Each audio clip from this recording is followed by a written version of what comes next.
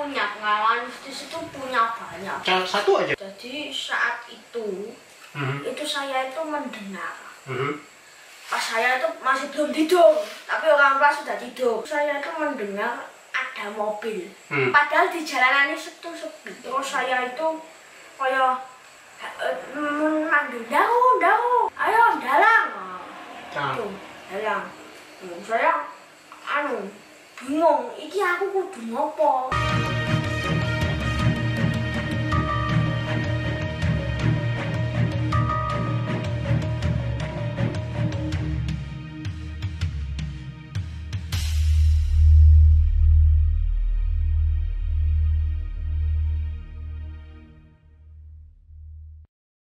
Saudara sebangsa dan setanah air, sedunia dan seakhirat, saya bertemu dengan Daru lagi. Sudah berapa hari kita tidak ketemu? Ternyata saudara Daru itu ini menggambar kayak gini nih loh. Ini banyak, ini berapa nih? Satu gambar-gambar profil wayang dengan interpretasi dia. Sebenarnya masih ada banyak itu, tapi udah diambil semua. Ini semua adalah gambar pesanan ya? Iya. Ini dipesan oleh orang-orang. Jadi Daru itu bukan menggambar profil si pemesan, tapi dia menggambar kira-kira karakternya kalau dalam wayang kayak gini nih. Terus, jadi ini ada pemesannya. Terus ini gambar wayang siapa, Dewi Anjani. Nah itu kira-kira karakter pemesannya itu kira-kira kayak gini nih. Dia ada deskripsinya nih di sini. Tekun, mandiri, dan percaya diri misalnya gitu. Terus ada lagi misalnya siapa ini?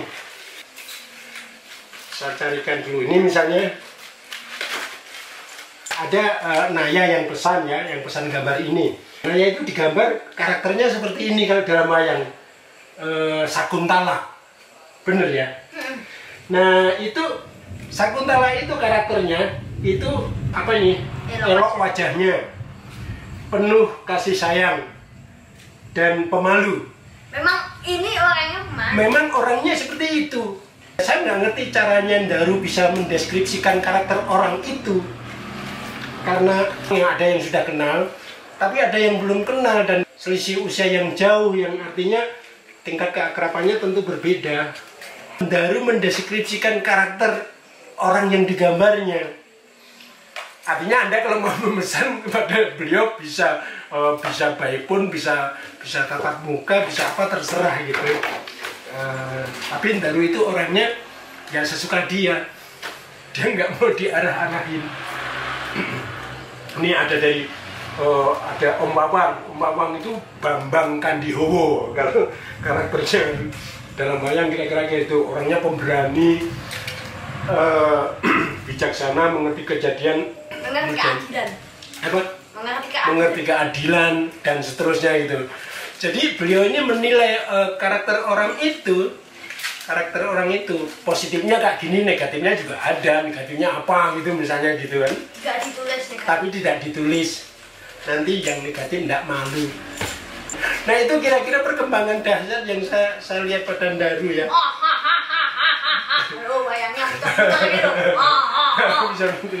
Dan beliau itu mau menyiapkan ulang tahunnya. Beliau mau menghadiahi ulang tahunnya dengan pementasan wayang. Lakonnya? Nggak tahu mau lakonnya apa. Coronalino. Coronanya mati. Jadi beliau mau bikin lakon itu untuk ulang tahunnya. Ulang tahunnya kapan sih? Tanggal 26 Februari. Jadi nanti 26 Februari kita bisa nonton bagaimana aksi dia mendalang dengan lakon apa tadi? Coronalino. Itu tokoh-tokohnya apa? Ya Buto Cakil dan teman-teman dan Janoko dan teman-teman. Buto Cakil itu yang mana? Yang ini? Buto Cakil itu yang ini. Nanti tapi wah ini problemnya nanti pusing kalau dia pakai masker gimana dengan ini? Gak pakai masker. Kalau yang Buto yang raksasa itu tidak pakai masker. Gitu tapi ya? yang Satria satu harus pakai masker. Semua. Wah, itu mau pentas di depan teman-teman gitu? Iya. Wah, biar dikenalkan. Biar dikenalkan. Biar mengerti biar orang kejadian Biar orang memakai masker, biar TM gitu. Jadi kamu kampanye tentang kesehatan dong? Wah, itu mestinya Menteri Kesehatan atau siapa membackup. Beliau ini mau mengkampanyekan supaya orang sadar prokes, protokol kesehatan. Sadar apa? Sadar apa? Saiki gajah bano corona. Memerah, memburuk. Ngono ki lho. Kira-kira gitu. Memang terwayangnya kayak apa? Terwayangnya ya kalau ini kayak gini barang? Enggak, kalau karena agak kecil. Agak kecil? Cakil gitu. Cakil gitu? Cakil, tapi cakilnya besar. Wah, ini wayangnya pating rudek iki saka kertas gitu suwek nek jemuke. Enggak sobek. Ada nyata.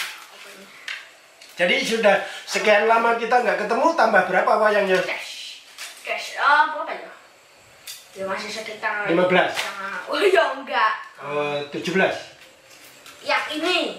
Ya terserah, yang mana yang kamu bikin? Kalau yang ini belum dia tahu berapa. Kalau aku mau minta pesen gambar gini gimana? Ya tinggal pesen aja, pesan. Ada ganti ongkos apa? Enggak pakai ongkos. Enggak pakai ongkos ya? Gratis? Enggak gratis, tapi bayarnya itu pakai benda, pakai barang. Bayarnya pakai benda apa? Pakai barang. Atau pakai tinta. Tinta, cat, atau kertas, atau apa ya? Cat minyak, cat air, pastel, gitu-gitu ya? Dan kalau tidak membayarnya dengan sepenuh hati. Kalau tidak membayarnya dengan sepenuh hati, artinya hati Anda serahkan untuk mengisi. Ya enggak hati beneran. Ya artinya mensupport beliau bahwa ini punya talenta, punya semangat untuk begini dan begitu.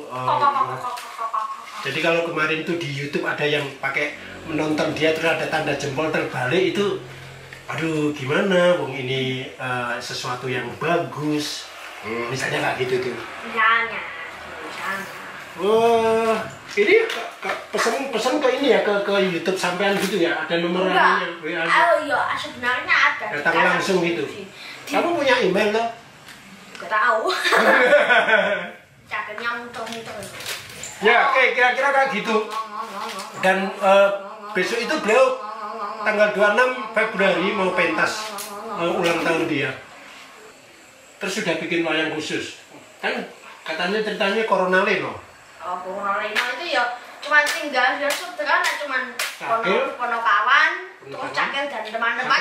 Cakil dan teman-teman itu cakil maksudnya cakil dan terus kan lakonnya piye? Ngarang ngono. Ngarang loh, pokoknya itu kan cuma lakon yang biasa, lakon carangan.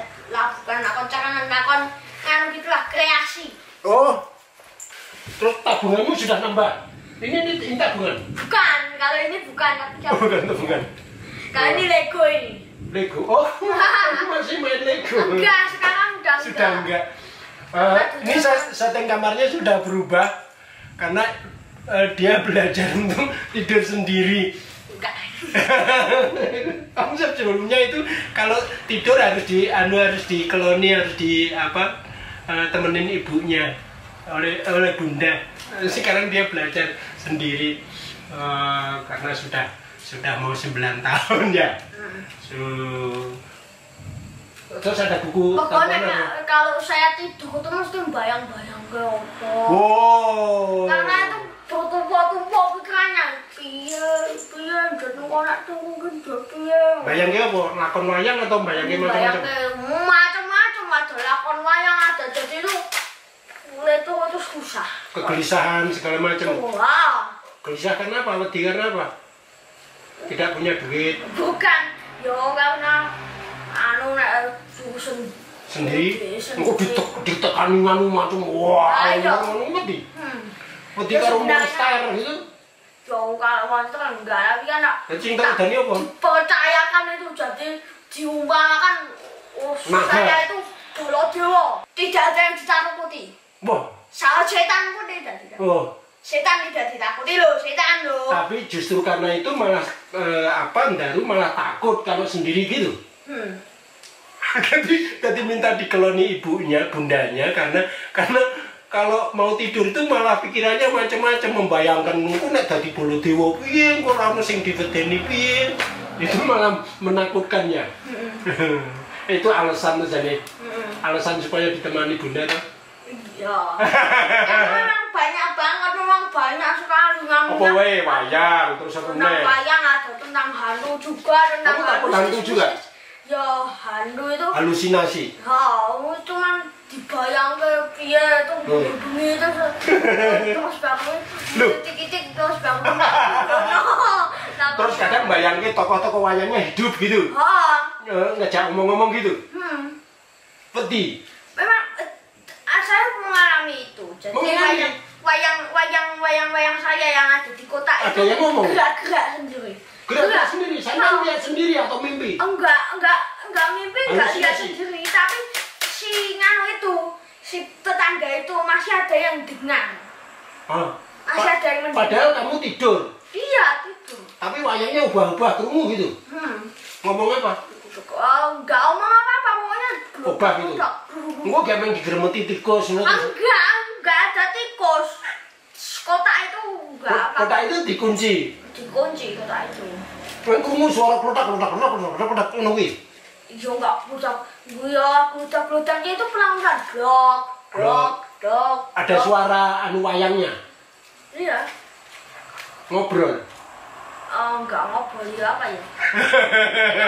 Kayak menjadi pengalaman mistis gitu. Ada pengalaman mistis. Ada. Kamu tahu nggak setelah di YouTubeku itu ya ngobrol dengan kamu terus melihat kamu dengan wayang itu memainkan itu, ada banyak komentar orang yang takjub dengan kamu. Kamu itu memang bukan sepene gitu loh, bukan. Kalau itu sudah dari kecil, memang dari kecil itu saya sudah dikenalkan dengan buku-buku. Nah, saya satu buku itu ada yang isinya wayang dan saya tertarik dengan itu. Lah kok tertarik dengan wayang itu, kok tidak tertarik dengan gerobak? Bayangannya itu menggambarkan kayak manusia hidup gitulah. Manusia kehidupan sehari-hari manusia gitulah. Itu sejak kecil? Iya, sejak kecil. Ini buku-buku ini sudah dibaca semua apa cuma pajangan? Dia sudah dibaca semua dulu kecil. Ini isinya apa? Isinya Ayo Pak, what are number?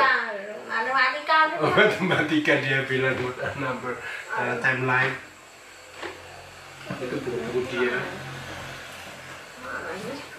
Tiga ini di mana? Ini ya, di sini. Ini tiga ini. Sini. Oke. Ada.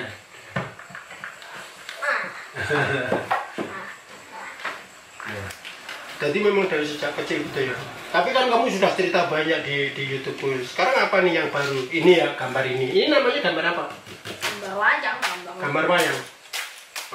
Kamu kok bisa tahu apa karakter orang-orang itu, bahwa dia penyabar, bahwa dia ini, itu dari mana? Dari itu tadi, dari saya melihat ininya, postur tubuhnya, terus rupanya si ini, rupa mukanya, si dari situ saja. Enggak ditanya. Enggak. Kamu enggak nanya-nanya dia, enggak nanya-nanya beliau-beliau yang pesan gambar itu enggak? Enggak. Cuma melihat saja. Cuma melihat saja, tidak ada dialog, terus beliau menafsirnya sendiri. Oh, karakternya itu gitu-gitu. Nah, ini saya ketemu dengan bundanya Ndaru. Bundanya Ndaru itu namanya Bunda Tina. Bunda Tina. Bapaknya Ayah Heru. Pak siapa? Ayah Heru. Ayah, tapi yang sering menghadapi mungkin Bunda Tina. Boleh lihat ini? Kita sudah tahu ya, di YouTube saya beberapa teman itu komentarnya macam-macam tentang Ndaru. Mereka umumnya takjub bagaimana anak seumur itu, seusia itu 8 tahun bisa mendeskripsikan suatu permasalahan, membaca karakter orang gitu ya, karakter, meskipun itu karakter dalam cerita wayang, tapi dia bisa menguraikan begitu rupa yang orang memang betul-betul takjub umur segitu, yang umur anak-anak anak sebanyak 8 tahun. 8 tahun. Bahkan kemudian juga ya saya tadi sudah singgung, saya ketemu ini di setelah beberapa hari kemudian saya ke sini ke rumah Daru itu, saya ketemu Daru itu menggambar-gambar gini. Yang gambar-gambar ini disukai beberapa orang, yang pertama tentu lingkungan terdekatnya, sampai kemudian ke macam-macam orang-orang memesan gambar, memesan apa, mereka kayak minta dibacain karakternya, yang munculnya adalah ini, visualisasinya adalah karakter dari wayang, tetapi terus kemudian ada pembacaan karakter dari orang yang gambar itu. Ini ya, ini emban Canggih, ini menggambarkan bundanya. Iya. Nah, bundanya itu dideskripsikan di sini, karakternya itu setia, penghibur, dan penolong.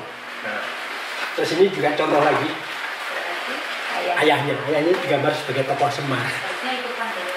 Ayahnya digambar sebagai tokoh Semar yang karakternya jujur, sederhana, cerdik, berpengetahuan, dan memiliki mata batin yang tajam. Itu cara pembacaan Daru tanpa menanyakan. Iya. Kami nggak tahu, kami berdua dia tidak menjelaskan, ini tidak bunda dan ayah tidak mendeskripsikan dirinya karakternya apa enggak. Tapi Daru itu membaca postur, membaca apa aja deh gitu, tanpa dialog misalnya gitu. Dia kemudian gambarkan, dia kemudian deskripsikan secara tertulis. Tadi sudah dijelaskan tadi. Sebagaimana juga dengan orang lain, dia juga begitu. Nah ini gambar pesanan banyak nih. Anda kalau mau pesan juga boleh. Nah, beberapa orang menitipkan pertanyaan ke saya. Gimana Bunda menghadapi Daru dalam kesehariannya? Ini kayak apa sih? Daru. Nah, maksudnya kalau menghadapinya, karena kami sama sekali sebenarnya memang bukan buta sama sekali tentang wayang, tapi kami tidak tahu ya. Wong saya sendiri juga tidak suka, tidak bisa nonton sampai pagi, ayahnya juga. Nah, kami hanya ya sudah memfasilitasi saja. Dulu dia sering tanya itu, terus awalnya kami beli buku-buku yang di Kanisius tipis-tipis itu tentang tokoh-tokoh itu, terus berkembang pertanyaannya, terus kita beli buku yang Mahabharata itu. Dari usia berapa itu kepercayaan pada buku atau apalah?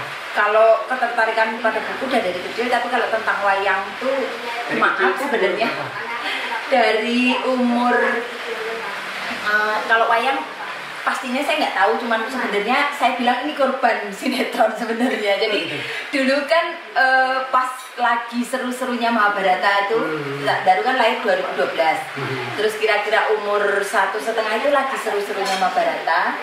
Saya pikir dia udah tidur, saya kan nonton Mahabharata. Terus kan itu tokohnya Arjuna ganteng gitu ya, saya seneng gitu. Ternyata itu menular, saya pikir ketularan itu, tapi terus ngomong tentang Pendawa segala macam.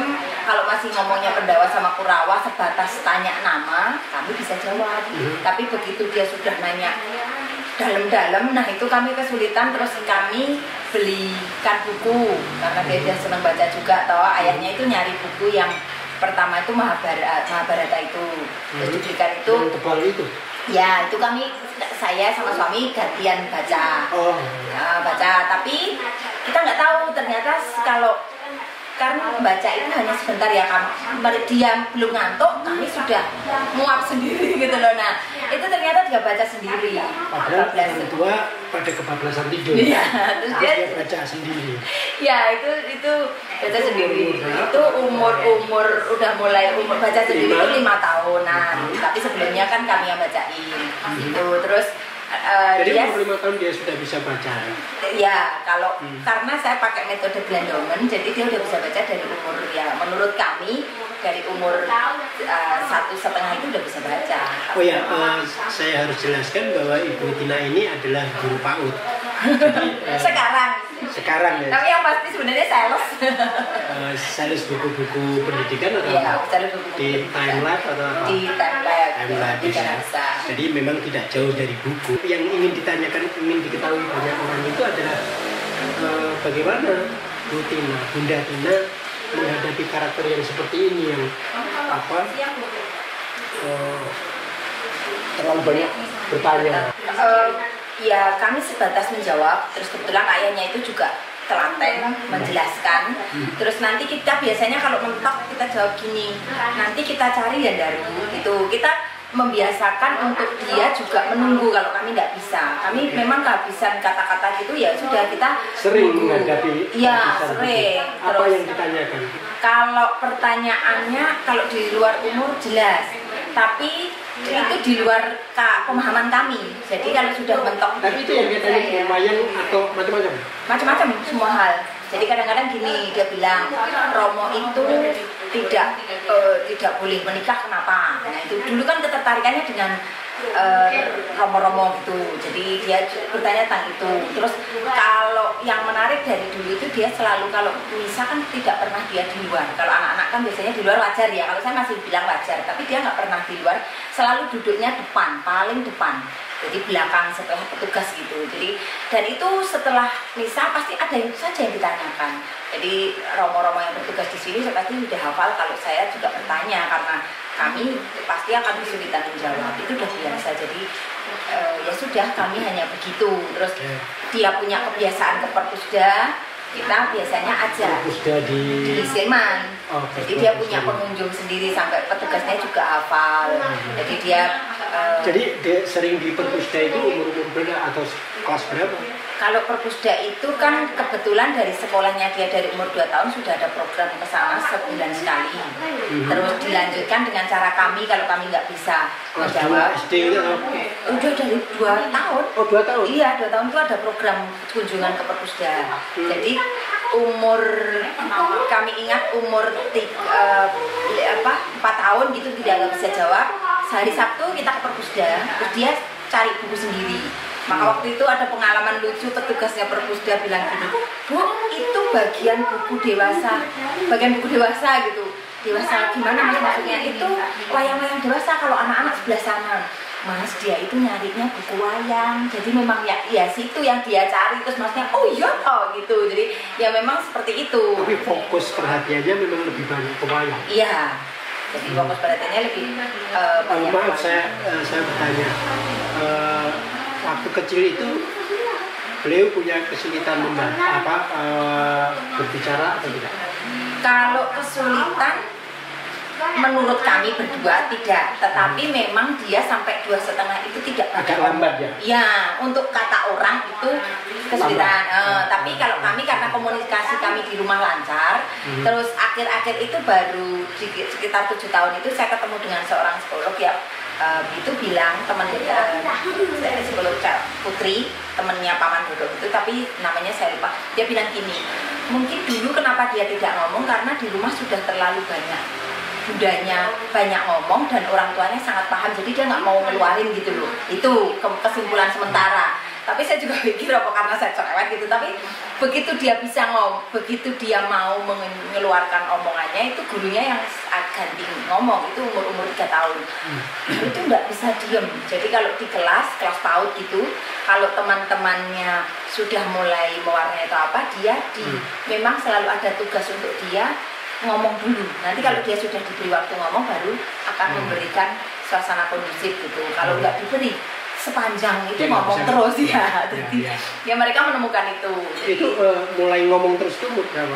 Ya itu 3 tahun. 3 tahun ya. Tapi sebelumnya sampai apa ya, lebih banyak diam gitu ya. Iya. Itu yang membuat daya visualnya itu kuat. Kalau tertariknya wayang saya baru menemukannya setelah ya 3 tahun itu ya, karena banyak ngomong terus selalu kalau diberi tugas suruh gambar itu gambarnya seputar wayang, pasti seputar itu. Awalnya sih dulu bangjo terus altar terus akhirnya wayang terus itu.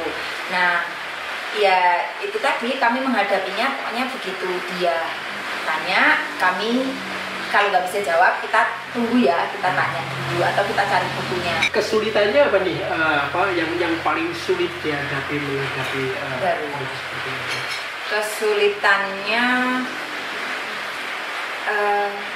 saya bingung untuk bilang kesulitan karena bukan kesulitan. Iya, saya menikmati itu, tapi iya tetap saya sih berprinsip begini.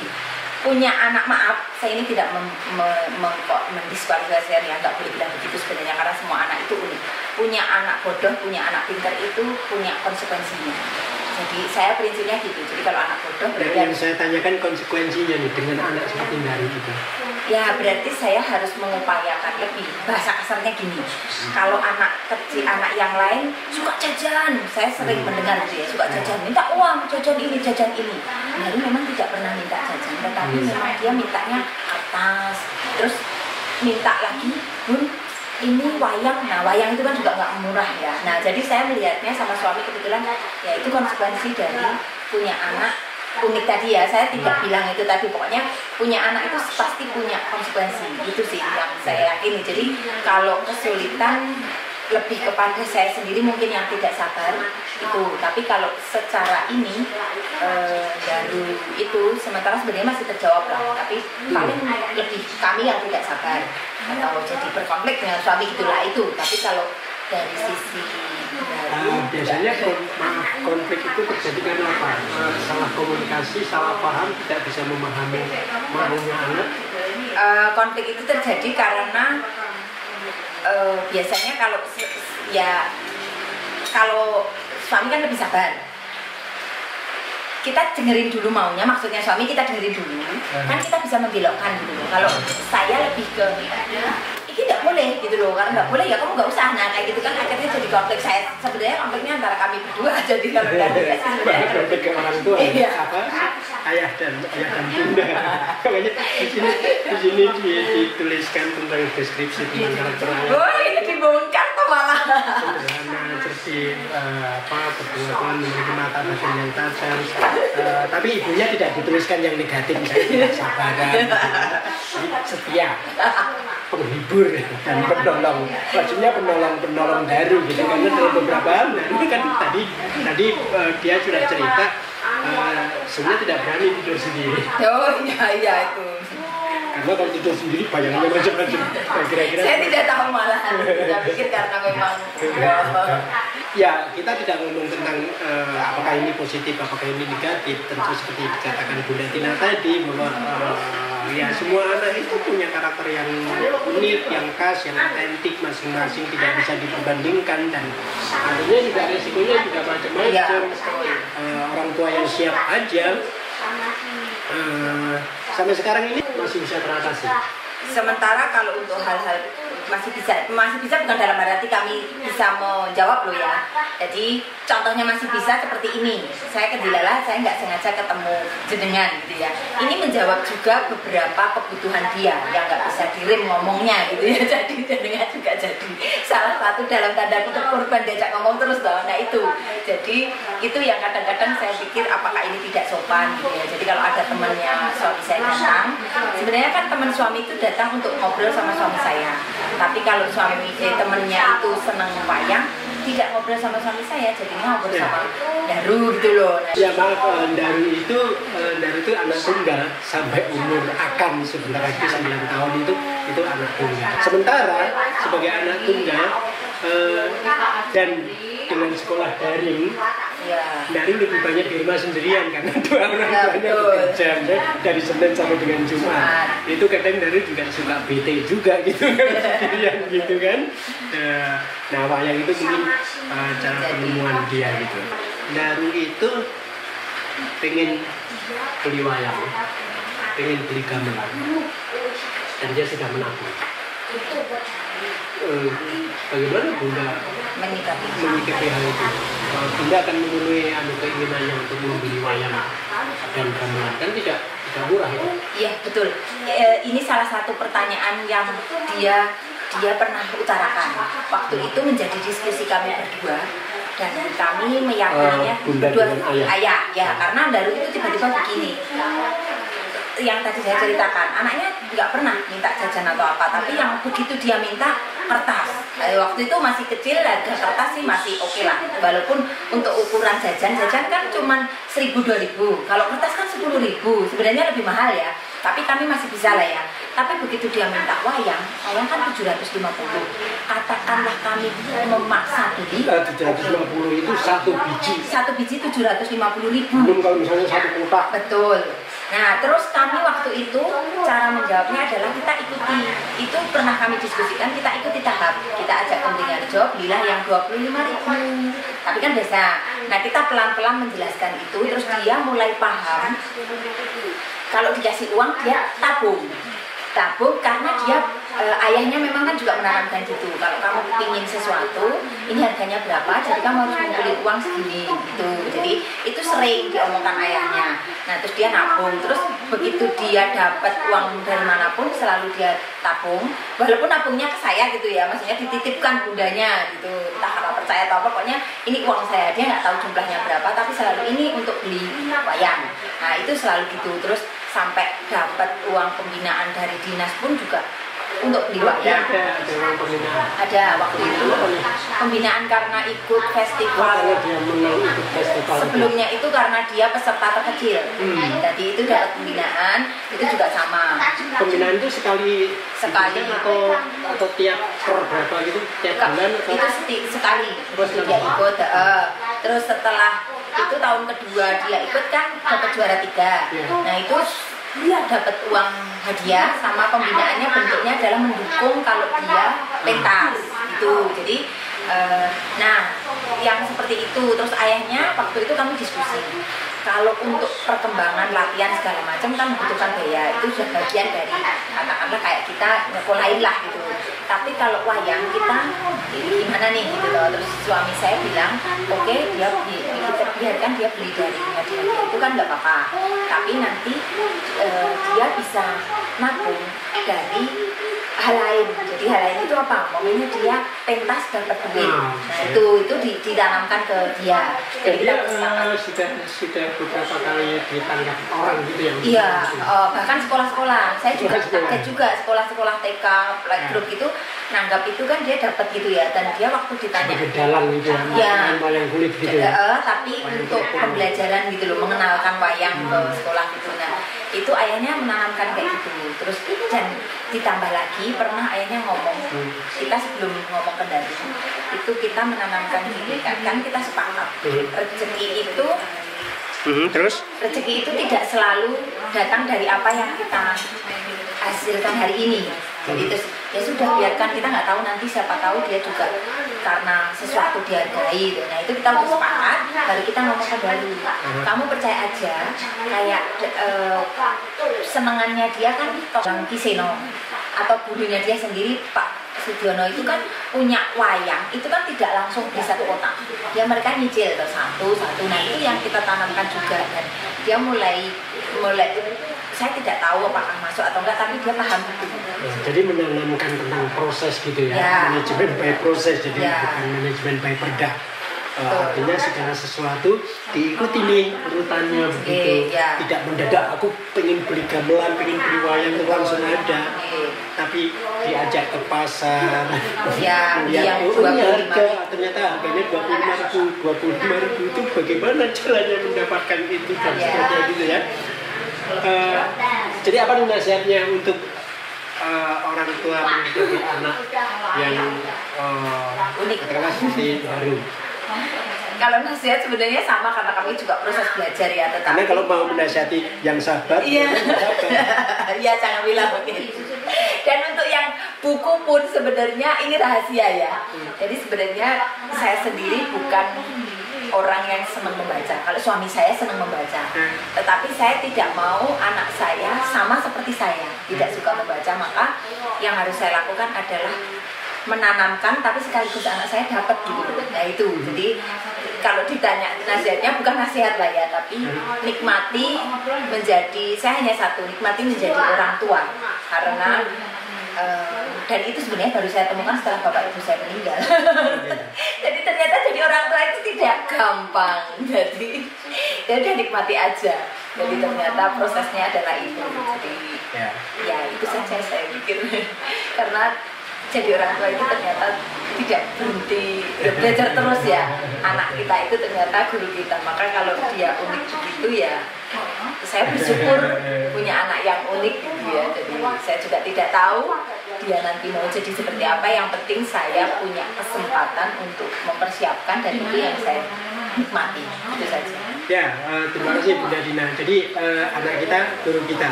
Itu. Kamu jadi kayak ini dong, kayak peramal bintang gitu dong. Iya. Pengalaman mistis katanya. Saya punya pengalaman mistis itu punya banyak banget. Sejak umur berapa? Yo, baru-baru ini kok Wah. baru-baru. Apa saja? Salah satu aja. Salah satunya yo, karena itu pas itu kerja malam-malam sudah pacar lah. Nah tuh, jadi saat itu saya itu mendengar. Pas saya itu masih belum tidur, tapi orang tua sudah tidur. Jam berapa tuh? Yo masih jam berapa ya? 10, 11 lah. Ya. Itu saya itu mendengar ada mobil. Padahal di jalanan ini sepi. Di jalanan ini sepi. Ada mobil kayak ke arah sini gitu lah. Terus apa ya? Terus saya itu kayak manggil daun. Ayo dalang. Tuh, dalang. Saya bingung, iki aku kudu ngopo? Itu waktu kamu nanya itu sadar gitu ya? Iya. Kamu belum tidur ya? Belum, masih sadar itu. Oke. Belum dipengaruhi, belum di. Kamu tidak tahu siapa dia? Siapa dia? Aku Suaranya atau apa gitu nggak tahu? Aku enggak. Nggak kenal, nggak tahu. Enggak lihat. Ya, tapi suaranya itu suara anak kecil. Oh, suara anak kecil. Kalau anak kecil itu duduk-duduk terus baru itu setelah itu, oh, ayo kayak ngajak dolan gitu lah. Ya oke. Terus aku ngajak dolan bengi-bengi. Malah maksudnya kok mengajak main kok malam-malam. Tuh. Ada apa? Saya bingung lah saat itu. Saya Sendiri tidur sendiri kamu? enggak sama Ada Bunda. Bunda. Ya terus? Terus Bunda tidur tapi? terus saya itu penuh keyakinan banget. Terus setelah itu orang itu hilang. Dan saya juga mempunyai pengalaman lagi, yaitu saat saya itu ada nomor di WA saya. Itu ada WA masuk ke nomor HP-mu gitu. Ya, ke nomor. Itu jadi saat itu dia itu mengabari, bukan mengabari ya,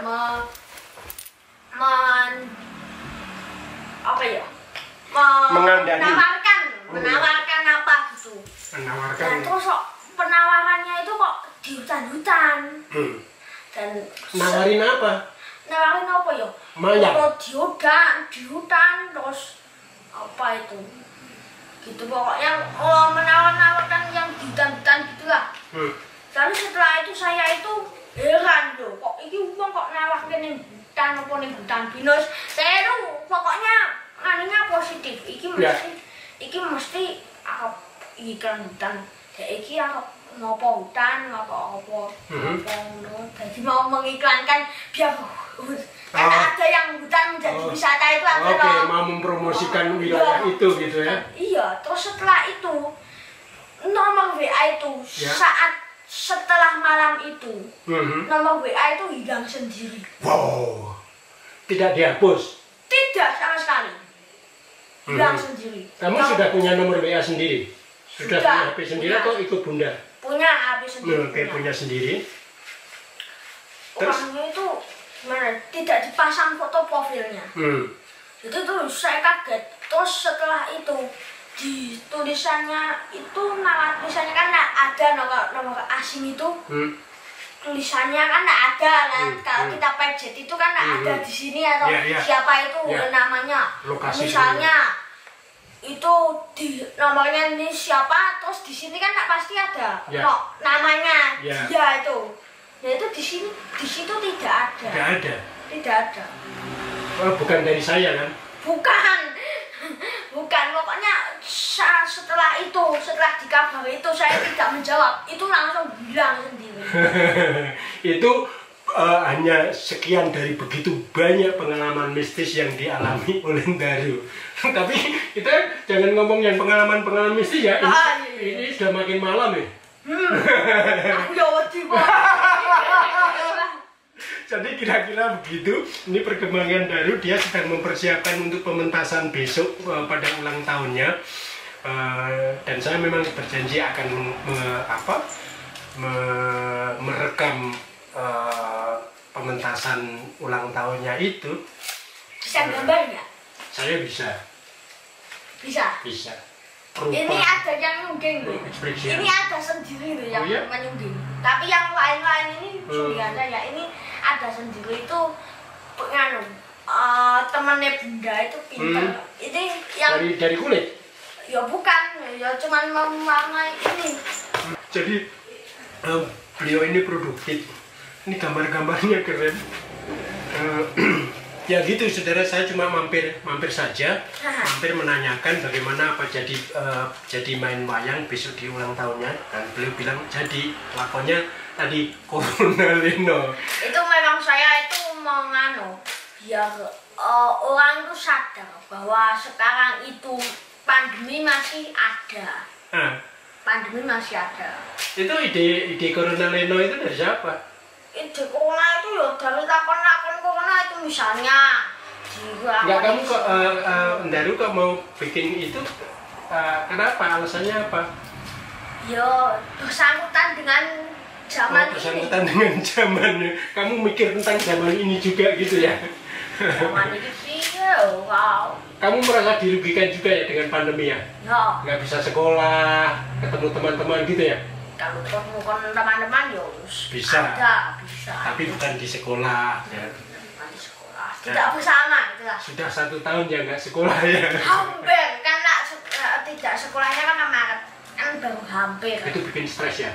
Oh. Nggak senang ya? Ya nggak stres banget. Nggak stres banget. Sebenarnya saya itu juga apa ya, rodo-rodo senang, rodo-rodo tidak. Rodo senang, rodo tidak. Senangnya kenapa? Senangnya itu ya karena punya saya waktu bisa, sendiri. saya bisa berkreasi sendiri. Punya berkreasi sendiri, nggak diganggu gugat dengan macam-macam. Kamu nggak begitu suka ya kalau banyak orang gitu ya? Ya suka sih, suka kalau. Tapi. Nah, masih ada tapi apa? Karena ya seneng saya tapi orang seneng, begitu? Karena saya itu jadi saya kalau menggambar itu butuh ketenangan. Oh, tidak mau diganggu. Oh. Sedihnya apa? Tadi kan senengnya jadi punya waktu sendiri, tidak terganggu kalau pas mau gambar atau apa. Itu anjing biasa. Tenang aja. Karena ada yang bengok gitu loh, kayak enggak. Gitu. Enggak. Itu yang bengok itu mungkin tetangga, bukan siapa-siapa. Mungkin yang bakul itu tadi, bakul apa? Pecel lele. Pecel lele. Oh iya mungkin. Iya, ya kan? Ini Kresna udah ini. Wah, udah pucet gitu ya, udah paling tua ini. Ini wayang yang paling tua yang dimiliki Daru. Dan wayang ini wayang kalau nitik wayang itu dikasih ini loh. Dikasih ini. Jadi makanya kalau wayang sudah tua. Karena wayang sudah tua, karena sudah menjadi kalau ada kepercayaan itu dikasih bunga melati, dikarungi gini. Jadi diginiin loh, gini. Nah, itu sudah sekti ya. Nah, udah. Menjadi wayang. Kalau dinanu itu padahal faktornya sebenarnya ini dilindungi supaya tidak rusak kalau begitu. Iya. Jadi kalau ada tafsir macam-macam, sebenarnya kalau ada tafsir macam-macam ya monggo saja istilah. Monggo. Masih ingat kan? Monggo saja, terserah. Terserah. Ya saya ya cuma tergantung kepercayaan. Kalau menurut saya loh, itu kalau menurut saya itu ya cuma untuk melindungi saja, cuma tidak catnya itu tidak. Kemarin bukunya yang Barata Yuda itu sudah dibaca sampai tamat belum? Belum. Sampai halaman berapa? Masih berapa itu? Masih banyak dong? Banyak. Mana sih bukunya? Di atas deh. Enggak ada kok. Ya oke deh, kira-kira gitu ya Daru ya. Kira-kira gitu, kita akan bertemu lagi tanggal 26 Februari ketika dia melaksanakan, dia merayakan. Di channel mana ini? Di channel dia dan di channel saya. Di channel dia adalah Rumahan Daru, di channel saya di Mata Jogja dan Ruang Rindu, atau di channel atau kanal Sunardian Wirodono. Ada kok. Lu ada itu. Kalau saya nggak ketemu. Kamu sudah komentar kok, komentarnya Mata Jogja, ada Mata. Bukan Mata itu malah saya itu mencari itu, tapi malah tidak ada. Yang Sunardian? Iya, Sunardiannya tidak ada, padahal saya sudah mengetik itu, malah yang muncul itu mata Jogja dan ya karena itu satu link, karena mata Jogja itu adalah nama kanalku, Mata Jogja dan Ruang Rindu. Itu untuk wawancara dengan orang-orang, karena yang menarik pada manusia itu pikirannya, gagasannya, kebijaksanaan. Ini mau video ini mau diupload di mana ini? Di Sunardian atau yang di mana ini? Di Mata Jogja. Nanti aku juga bisa kolaps ke kamu juga. Oke. Jadi begitu ya saudara-saudara, kita tunggu penampilan beliau. Ditunggu. Tanggal 26 Februari. Mau pesen-pesen ke Enggak pesen. roti? Enggak ya. Oke, terima kasih.